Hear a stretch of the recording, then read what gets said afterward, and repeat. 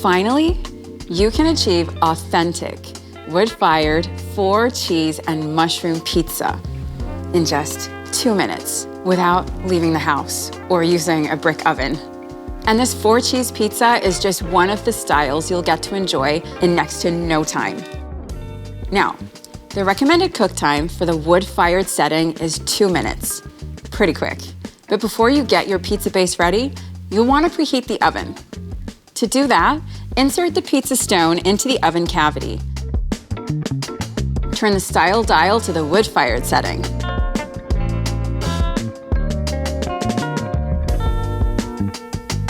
The time dial lights will illuminate with the recommended time for the setting. You can adjust the time by turning this dial. You'll notice the temp light start to flash, which indicates that the oven is preheating. Once the temp light stops flashing and stays on, the oven is ready for use. Perfect. The oven is now ready.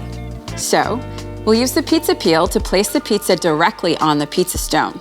Just don't use the peel if you're using the pizza pan. Now that's in, press the time dial to start the countdown timer. The way that the wood-fired setting works is that it uses extremely high heat to cook the dough. It creates a malleable crust with a distinct blister and charring. See? Just like that. Leopard spotting like a pro. Oh, a handy tip when cooking any type of pizza is to make sure that your oven is preheated before placing the pizza into the oven. If you're cooking multiple pizzas, wait until the At Temp light turns solid before loading your next pizza. And if you're cooking different types of pizzas, be sure to start with the type that uses the lowest temperature.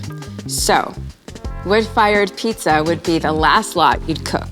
At the end of the cooking cycle, the oven alert will sound and the time dial lights will flash and then go out.